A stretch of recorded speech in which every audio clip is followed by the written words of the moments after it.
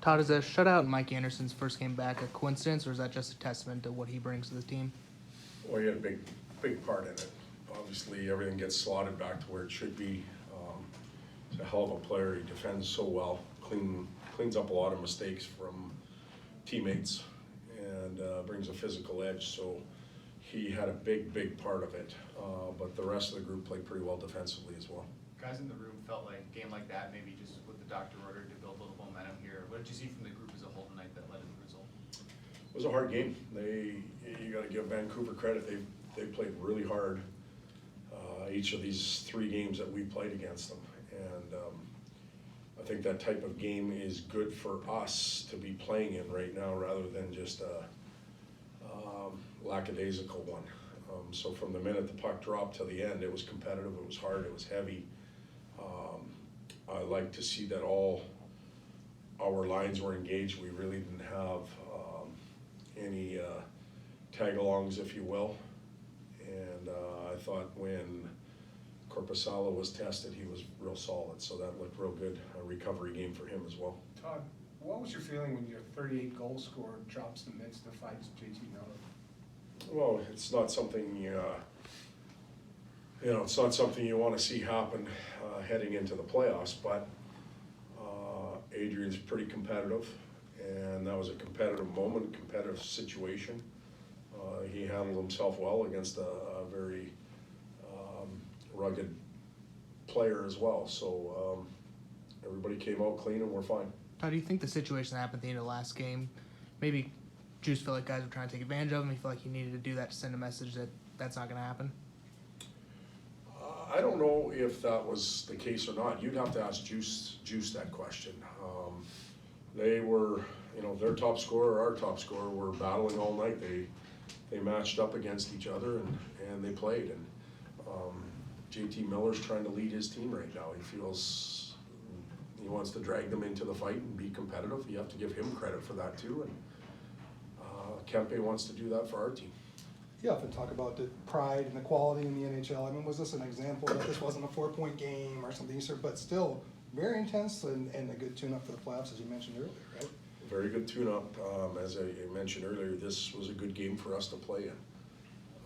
Not a lot of space, very tight checking on the boards. Even in open ice, there wasn't a lot of plays to be made. Face-off circle, block shots, penalty kill, all the things you need to have in your game when the playoffs begin, and we got an opportunity to use them all tonight, which was good for us. Todd, Vlad obviously brought Vlad in for his shutdown abilities and his defensive acumen and whatsoever, but he's shown even from day one that he'll responsibly jump up in the offensive zone and seize potential opportunities. As far did you see that he had that added dynamic, and that he's just not just a shutdown defensive oriented player? I think sometimes what happens, especially in his case, in the years leading up, they had Werenski in Columbus, and he got a lot of offensive minutes, rightfully so, and some guys get suppressed a little bit. We knew that he had those skills, but we didn't know how much he had them. So his timing's pretty good. He sees holes, he sees openings, and he jumps in. It doesn't cost him, pardon me, coming back the other way for the most part. So that sense of timing and knowing when to go and when not to is key. Kind of building off that, he has a goal, strong game, Corby with the shutout. Is it just kind of to Rob, I mean, obviously, strong impact, that trade in this game in particular? Yeah, I'm not sure what that means. Like a wink and a nod type thing, yeah, a gesture. The players doing that too? Well, the players or the coaching staff, kind of an organizational teamwork type situation, I guess. Well, you know what, it's great to have them here. Yeah. They're big, huge pieces to our team, and we're excited about having them.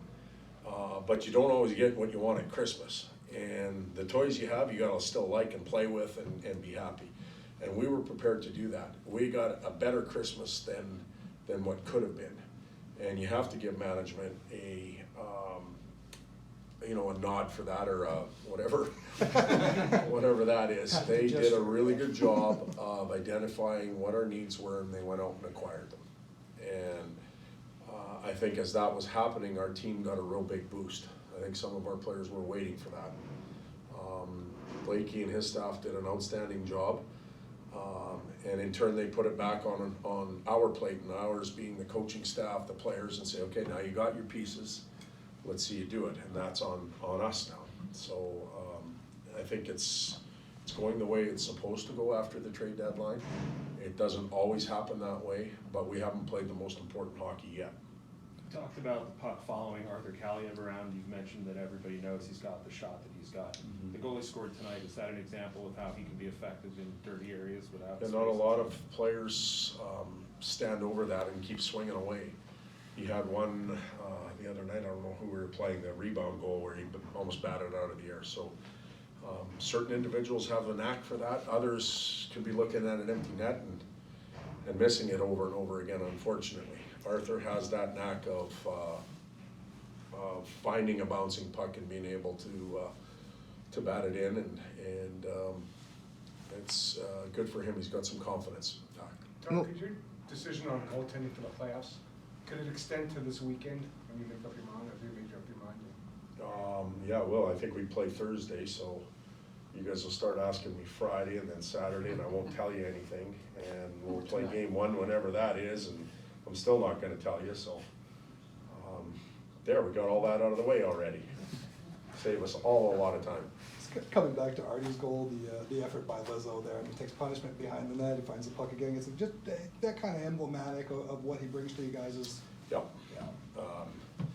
You know, you put it about as good as I could, emblematic of being competitive and using everything you have. He does that every night. I can keep saying it over and over again, but you cover the game and you watch him, and I'm sure when you drive home that he never leaves you short on your dollar, if you will. He gives us everything he has every night.